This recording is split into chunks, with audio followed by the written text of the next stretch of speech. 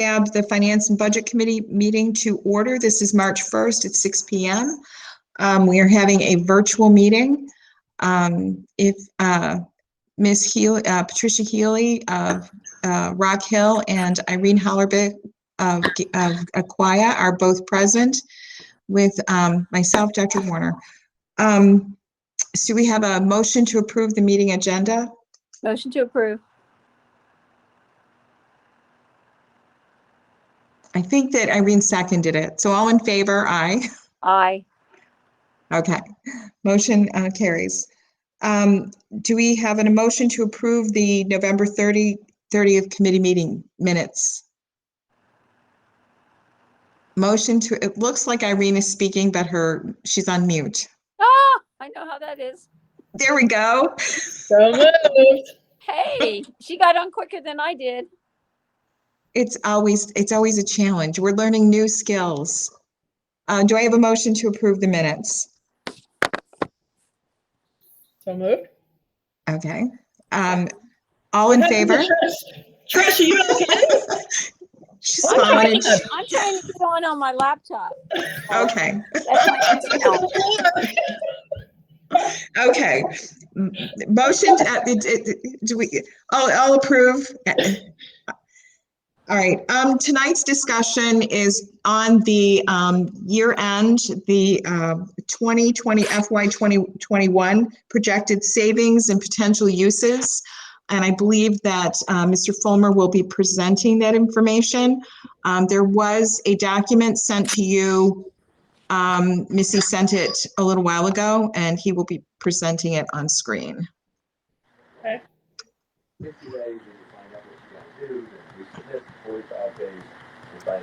All right, so hopefully everyone either has the electronic copy that was emailed, or you can see where I'm sharing it on the screen.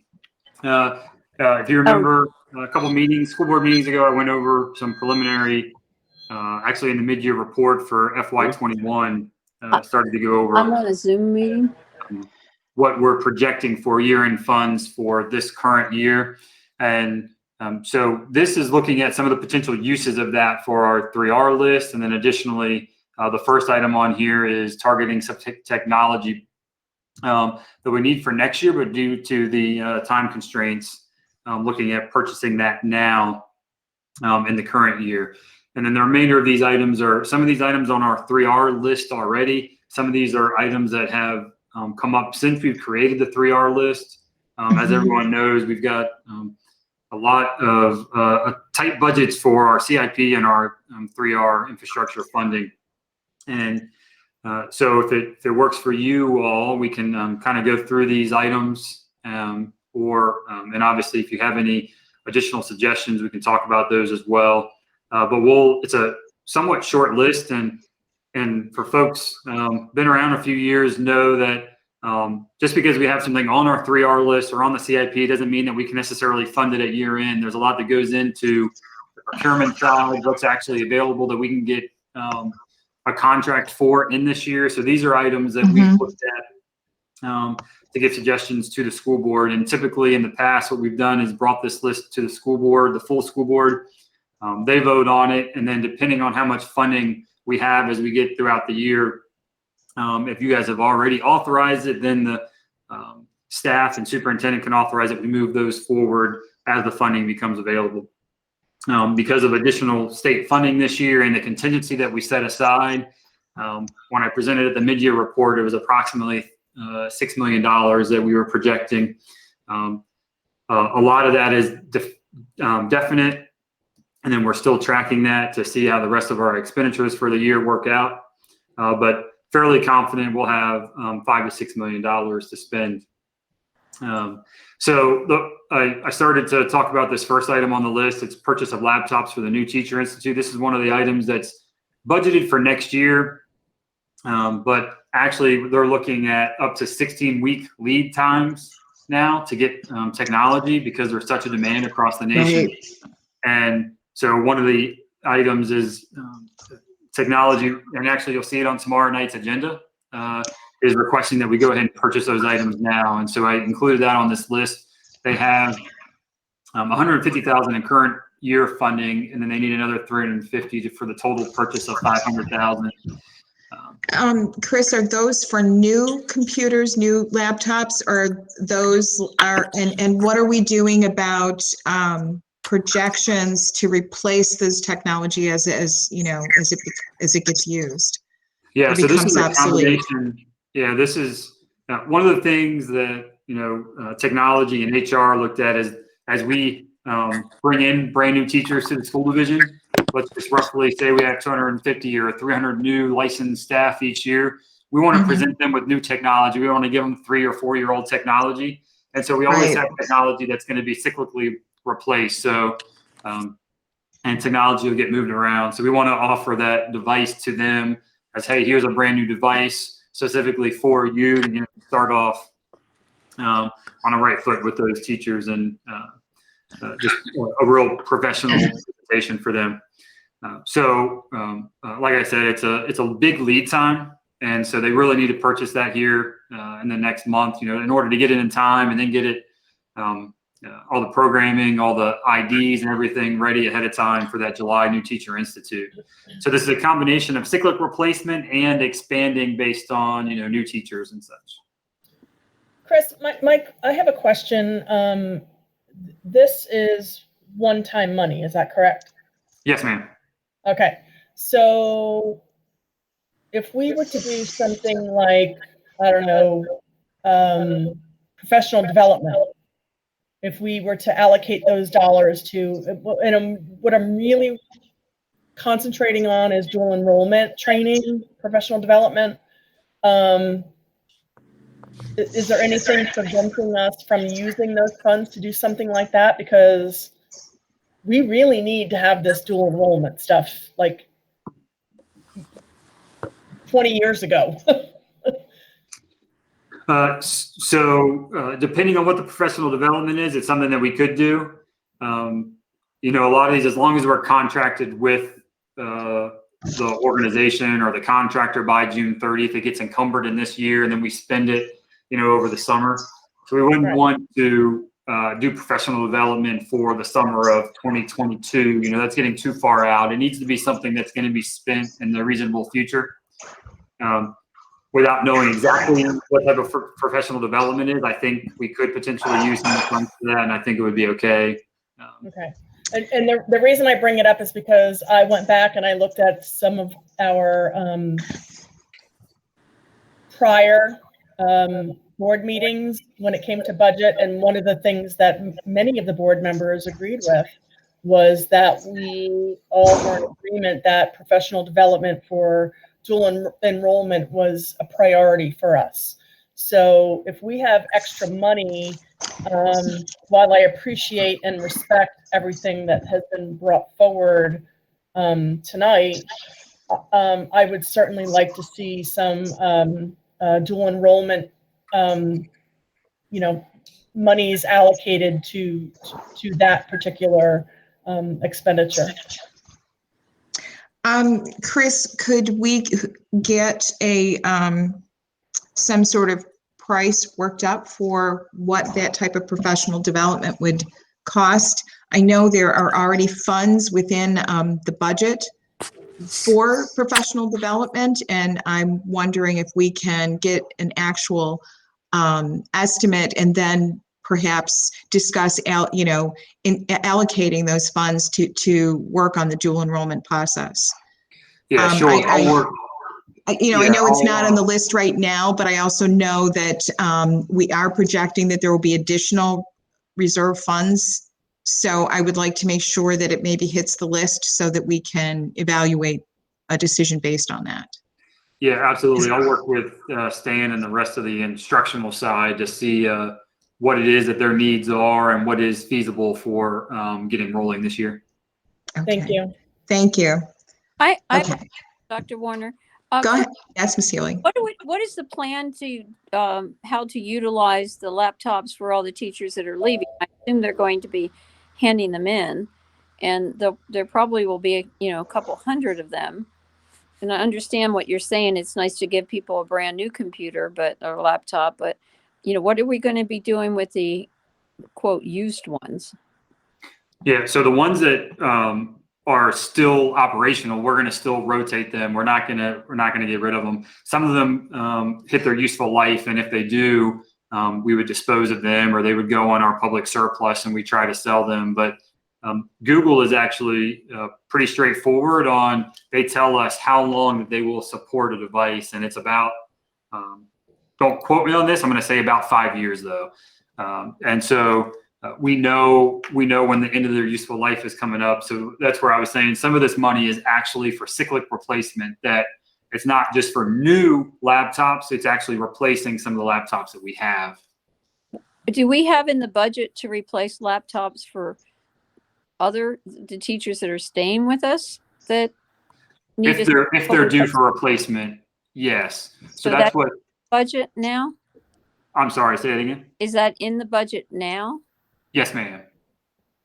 So hypothetically, if it's in the budget now to replace laptops for any teacher that has one that's coming to the end of its useful life, would not it be in the budget to replace their laptops if they leave?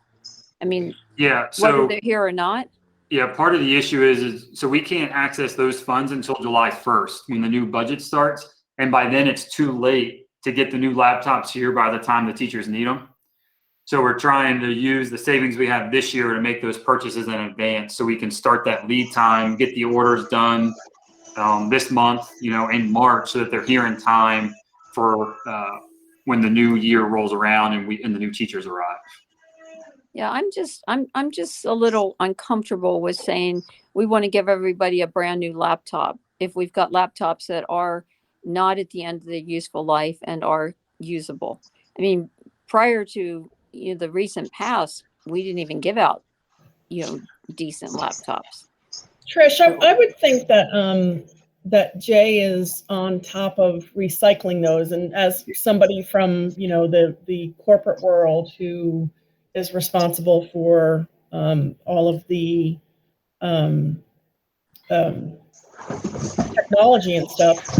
When someone leaves, I take the technology and I wipe it clean, and then I give it to the next person that comes up. And I'm kind of hoping that's what we're doing now at this point. If that's not the case, then we have an issue. Well, I think that's what we are doing. I think I'm sorry, Dr. Warner, if I could just finish. And I may have misunderstood you, Chris, but I thought you said we want to give each new teacher a brand new laptop. Yeah. So, and that's where part of this is for cyclic replacement, as part of this is for expansion of the current technology, because we are adding teachers, we're adding staff. So the thought is we don't want to take one of the recycled, reused ones, and that's 2-3 years old, the Chromebooks that we currently have that teachers have been using.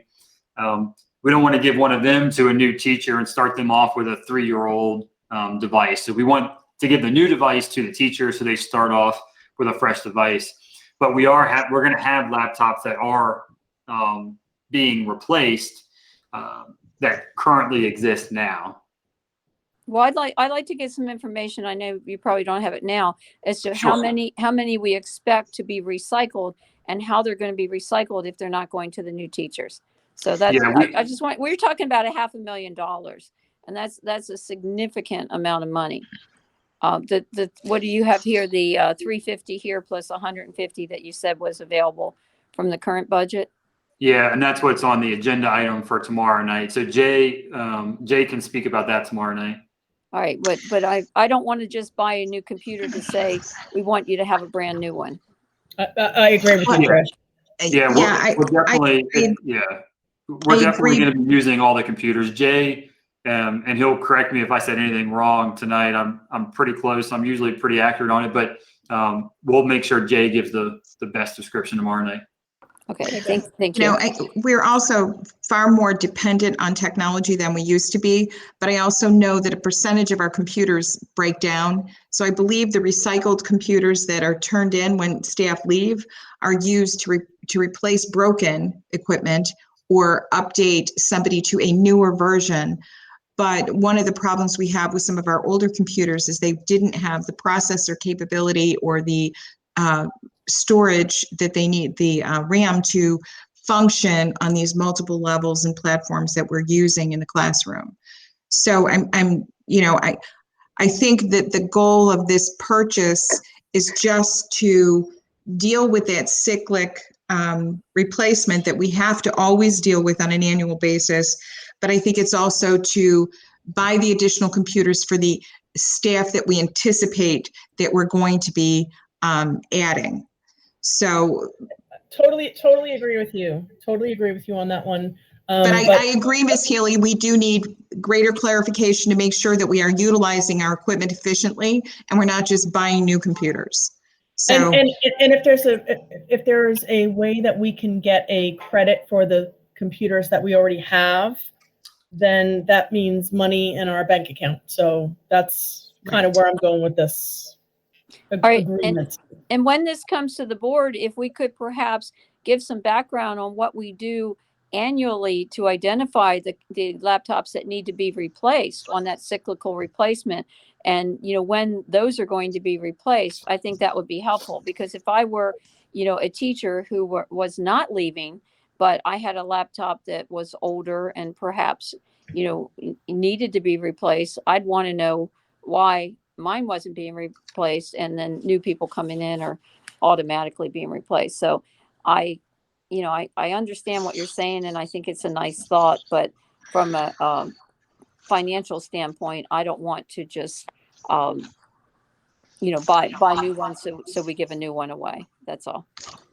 All right, if Jay could just clarify tomorrow how many and how they're going to be utilized and distributed, and what we do with our recycling of computers as teachers leave the system. Sure. Thank you. Okay, are we ready to move on to the next item to improve the HVAC phase 2? Yes. Yeah, so we had kind of like an assessment done of our HVAC systems across the school division by an engineering firm, and they pointed out some areas of some things that can be improved. We already went through and added gaskets to where our air filters are replaced and that sort of thing. And so this is the next phase, which is one of the things they pointed out. A big thing, I don't want to get into a lot of detail, but one of the big things are sensors that are throughout our, and almost like in every classroom, right, that controls the air. And when they were doing the assessment, they realized, hey, some of these sensors need updated, they need replaced, and that helps our systems to operate at their full design efficiency. And it controls how much outside air is coming in. And right now, we just want our units operating at peak efficiency as they were designed. It's not going to increase and pull in more air than they're actually designed, but it will make sure that they're operating and give our staff the opportunity to monitor them and make sure that they are operating at top efficiency. We added the air purifiers in every classroom, knowing that we couldn't do in a short period of time overarching improvements to all of our HVAC systems. And now this is circling back to say, hey, we did this assessment. They pointed out these are some things that we could improve on. And so now we're addressing Chris, do you have any idea how many, sorry, you're breaking up. I'm sorry, do you have any idea how many classrooms and schools this involves? I don't know number of classrooms or specific classrooms, but I think this is overarching, touching each one of our schools. Well, you're not going to get too far for $258,000 with HVAC systems. You must have specifics to come up with that sum of money. Can you just for tomorrow John? let us know which schools are involved? Yes, I can answer that. It's basically touching all of the schools. And when they did the assessment, they basically created flags for any of these areas where we need to go back and make improvements. And so it's touching all of the schools. And you may have 200 sensors in a high school. So that gives you an idea of how this works. They're controlling different units and basically the airflow. And it just ties right in with our strategy to bring in fresh air into the buildings as much as possible through the system. And also goes along with, we are running the systems early in the day and later in the day to just bring in that much more fresh air. So it ties right in with our strategy, and it was part of the assessment that indicated exactly where each of these sensors are located, and they're scattered throughout the system. So the 258,000 is going to do something for every one of our schools? Yes, and we are already underway with a phase 1 of this, but then this will complete the project. Okay, well, maybe we could, rather than multiple locations, you could, show that it's every school, because if I see multiple schools, I'm going to ask which one, but from what you're telling me, it's every one. So Yeah. I don't have any problem with this expenditure, particularly if we're going to affect 31 schools. That's a pretty good deal. Great. Yes, Thank you. I agree. Any other questions? All I right, don't have any questions, but I'm looking at this list here, and I'm looking at the way they have prioritized everything, and they've done an amazing job with putting things that are like really important, safety and all that other stuff, to other Yeah, stuff. these do seem to be health and safety issues. Yeah. So thank you, John. You did an amazing job, and Chris, if you were involved in that too, thank you also. It sounds like that the phase 2 is only only part of the HVAC improvements that are scheduled, but I think that others are maybe a little more specific. I see the next one is has to do with humidity, the PDC HVAC. Yeah, we had actually late in this What's past that? summer some issues with mold growing in some of our areas in the PDC, and it's had an assessment come in for that. We had to obviously we mitigated that in the short term, and then we got to the winter months, and so it wasn't as big of a concern. We don't have the heat and the humidity, so we knew that this problem was going to come back up in this coming summer. So we got the study done, and then we figured out, we put the bid package together. We've already bid it out. We've got our solicitations in. We got out the solicitation, and we have the bids in. And so we know the cost is going to be $370,000, and that's going to fix the issue we have. And it's basically unstable with the outside air and the inside air. And so we've got to fix that with this HVAC unit and the PDC to make sure there's clean air. And we've been monitoring it since we realized there was an issue. And like I said, we fixed the issue in the short term because of the winter months. And now as we're coming up to the high humidity season again, we're trying to get it fixed. So we want to get it rolling before we hit those summer months. So how old is that building, just out of curiosity? Good question. So I know our complex is one of the oldest. John, do you have the community? Wow. Yeah, I'm looking at the chart right here. So it looks like 1977. Does that sound like it could be right? I don't know. It sounds like that sounds. I think it's pretty close. I don't know if that PDC. They might have redone it in 77. Yeah, I can find that for you. It's fine. I was just trying to see where we stood with that building, if it's been renovated and how old it was. Any other questions regarding the humidity control at the PDC? All right, moving on to the air conditioner units at Hampton Oaks. I guess Cartwood and Rocky Run and I can't remember. Winding Creek. So this is continuing that kitchen AC project that we started last year. I think we did four last year. I think we did 5, didn't we? Didn't we get 5 done? I don't remember. John he'll have it handy. Yeah, I'll have that before we're done talking about it. This will finish. This will complete it.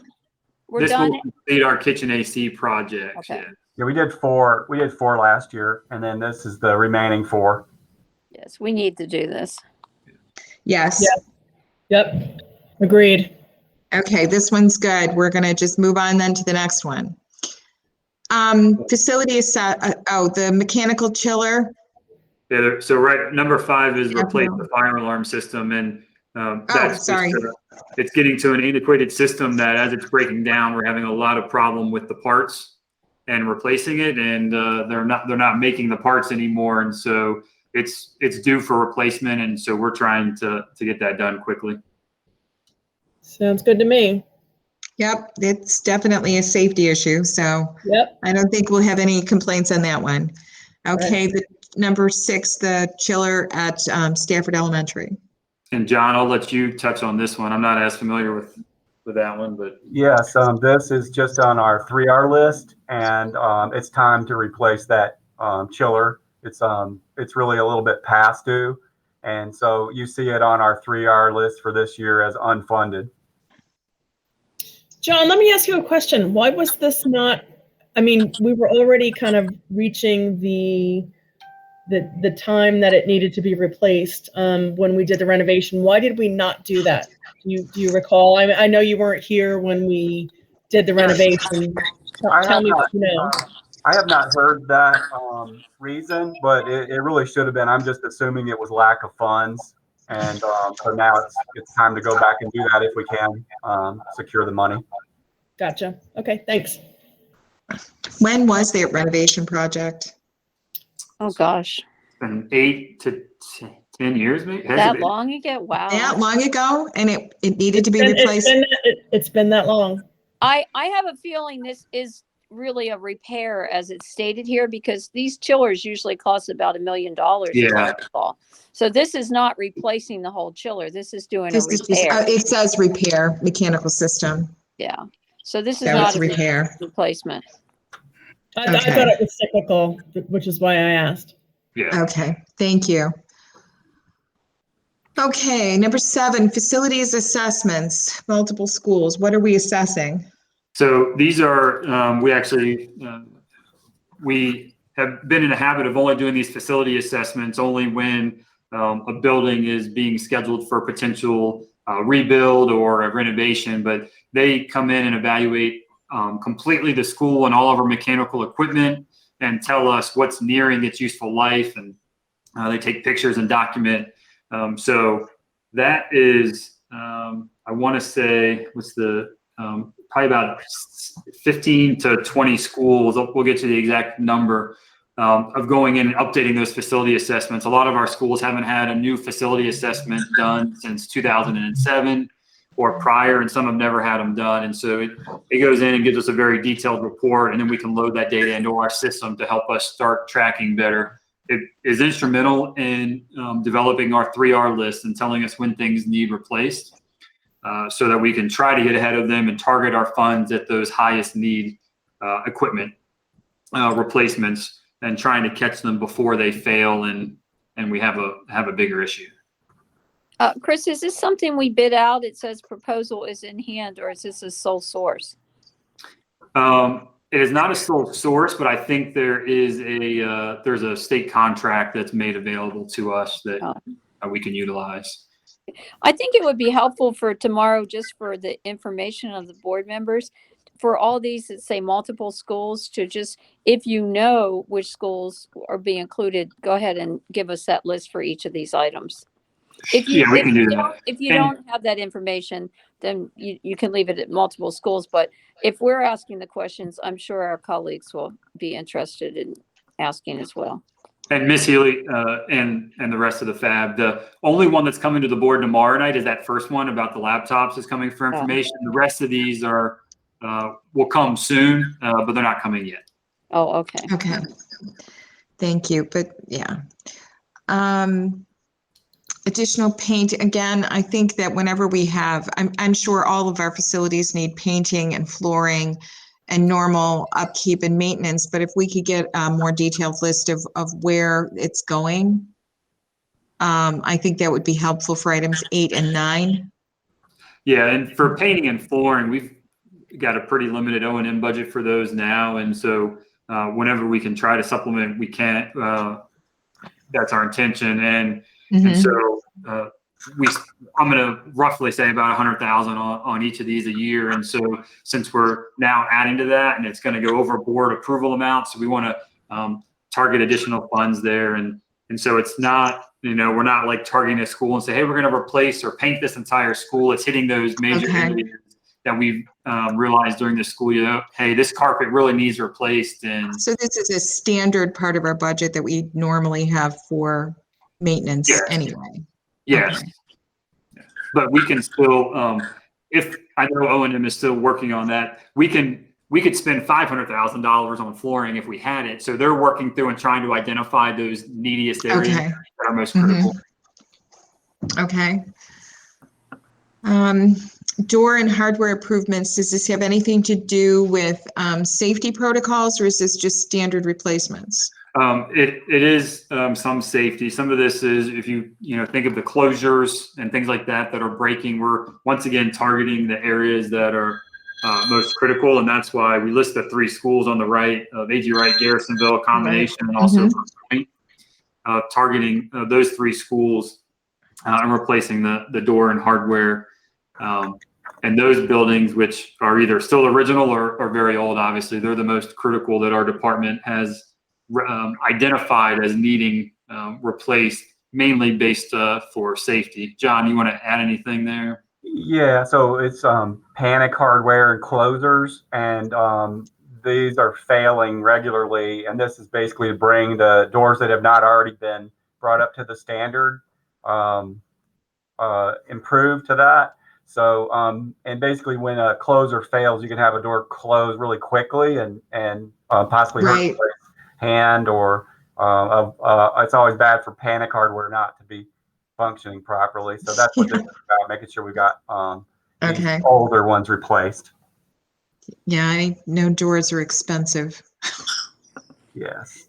So those are those hydraulic arms that just kind of keep the Yeah, door to from help the doors slamming on close somebody. slowly. Right. Okay. And the last item is the synthetic turf for the stadium. This is design only, Colonial Forge and North Stafford.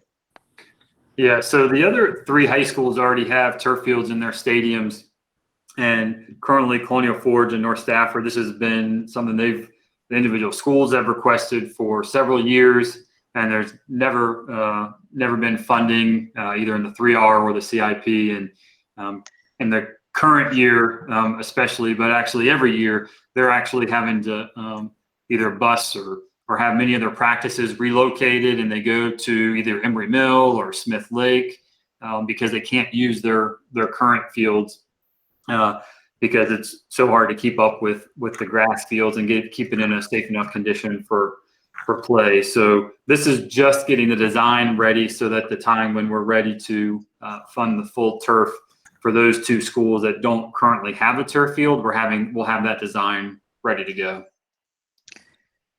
Okay, I have a question. Is this the design of the field or design of the stadium? It's the turf field in the Okay. stadium. Okay, so we may want to clarify that in the when this does come to the board, because if Sure. it looks like we may be designing a stadium. It does say synthetic turf for the stadium, design only. Well, it doesn't say for the stadium. It says The stadium. synthetic turf It's- stadium design only. Okay. Oh, no, we'll I just read it. I read it literally. No, Yeah, thank Yes. if we add the word We can field fix in there that. before stadium, I think that'll clarify. If you That'll say clarify it. for the add in what Dr. Warner just read into it, that will be For fine. the stadium, yeah. We can do that. It's a lot of money for design. Oh no, these Yeah. fields. The last time we did them, they cost over $1 million, or about $1 Yeah, million. that's for the a field. turf, I would imagine, but Well, this but is, Yeah. Design So is this is for- traditionally about 10% of the yeah, that's true. construction That's cost. true. So That's I true. was thinking it was not. It was not as much as like the design costs that we pay for other construction. Yeah, so it's a little bit and that's an estimate right now. So we're working on to get that proposal. So it could be up, it could go down. We'll get exact numbers before we bring it back to the board or try to have a better estimate. But you're So right. 10% is usually the estimate for construction Yeah. projects on how much is allocated to design, and this is a little bit less probably because of the type of project. So most of these items are 3R items with the exception of the first item, and Jay's going to give us more information on that tomorrow, correct? Correct. And then that'll be brought for information. And if the board's willing, we will maybe move that to action tomorrow. Is that Is necessary? it necessary? Would that be helpful? I'm just looking at the Yeah. 16-week lead time. That's 4 months. And I know that some of the chip manufacturers are struggling to get their chips because some of the manufacturing is it is down and it's a global problem. I have friends that work at Intel and I have friends that work on semiconductor, and from what I'm hearing, I think these chips are becoming a choke point for getting a lot of this technology, which almost everybody is dependent on. So I would imagine that moving this to action as quickly as we can would be to our advantage. Yeah, I know. We can ask Jay tomorrow to confirm, but I'm pretty sure the sooner the better with him. Yeah. Jay is going to request that. Yeah. All right. Well, just for the record, I'm going to want to have some pretty substantial information about what we're doing with the laptops that are being handed in, because of these 250 projected new teachers at the Institute, how many will be filling spots for people that have left? Do you know? Well, we wouldn't know that at this point, but we know. Well, let me ask it another way. How many new positions are we filling? Well, we're adding roughly 60 positions in the budget right now, and so the ballpark, I'm going to say between teachers and other licensed staff, we'll say it's 45. But most of those 60, honestly, that we're hiring are probably going to need a device. Yeah. I expect that. I mean, it's something I would like to support, but I need to feel that it is fiscally responsible to, buy these new ones when we have other ones that are being turned in. So if they're at the end of their life, there's no question they need to be replaced. But if they're not at the end of the life, I want to, hear that we've got a plan for their use, other than, we want to give the new teachers a new laptop. What we do know is that we have 2,400 teachers approximately, and we have more than a 10% turnover rate. So, but your question is different. Your question is the people who are leaving, are their Chromebooks, if they don't have laptops, are their Chromebooks still can be recycled? Well, so do all our teachers now have laptops or not? No. They don't. Not all teachers have a laptop now. We've been giving teachers laptops recently, but most teachers have a Chromebook. Okay, well then that brings me to another question. How many of our current teachers don't have laptops? Because then we're putting them in a different class than the new teachers. So maybe we should be looking at the ones that don't have them now. I think that's probably what Jay will discuss tomorrow, is why we need $350,000 worth of laptops, because I know that not all of the teachers have had their equipment updated. There's always a percentage that is broken. There's always a percentage that is outdated, and then we need a percentage for new. So I'm sure that if Jay can cover those questions. Okay, well, if I don't ask them, then I can't say they weren't asked. I mean, if absolutely. you have more information about what he's going to talk about than I do, because I have no I'm idea. I'm making a suggestion. I'm making a suggestion of what Jay should tell us. What we need to know to make this decision, because you're right, we need to know this information. And we also can I just ask one more question? I think we need to know how many teachers have devices that need to be replaced who aren't leaving, and that we have a plan in place to address that, because this will take care of the ones that are leaving, that the devices, can't be used anymore. But if we have teachers, that are here that are not leaving, that don't have a laptop or have something that needs to be replaced, are we addressing that?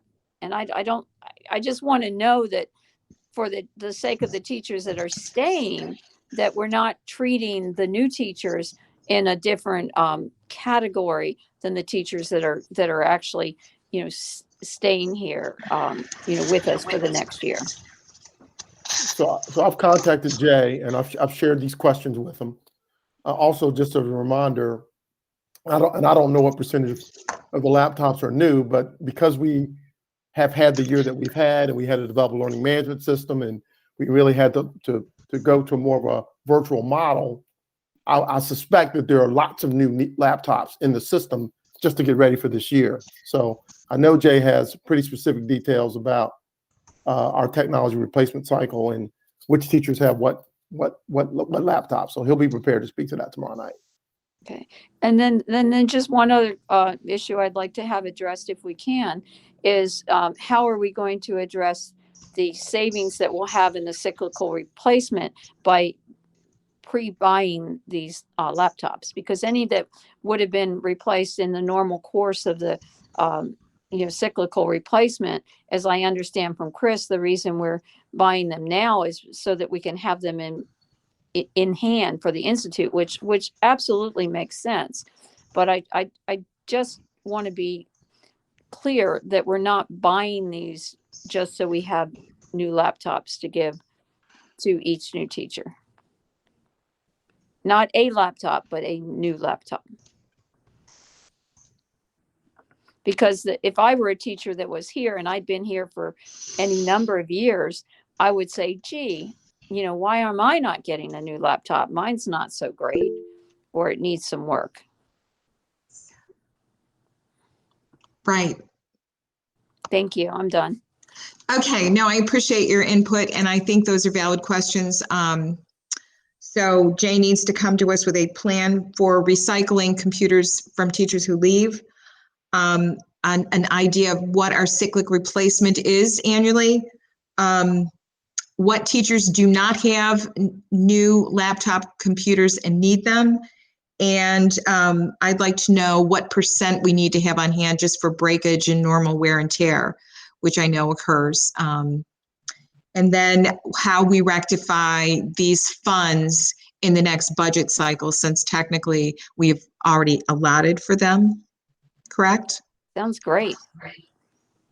Yeah, So, and I know we can answer this tomorrow too for the full board, but for you all, I know the idea is for next year, there's going to be a lead time again next year too. So by buying these ones in advance, the money that's freed up for next year will then be able to buy for the okay. following summer. So we're always a budget count year ahead for technology because of the lead time that we need in order to purchase it. Correct. Okay. And right now we're not fortunate enough to have that.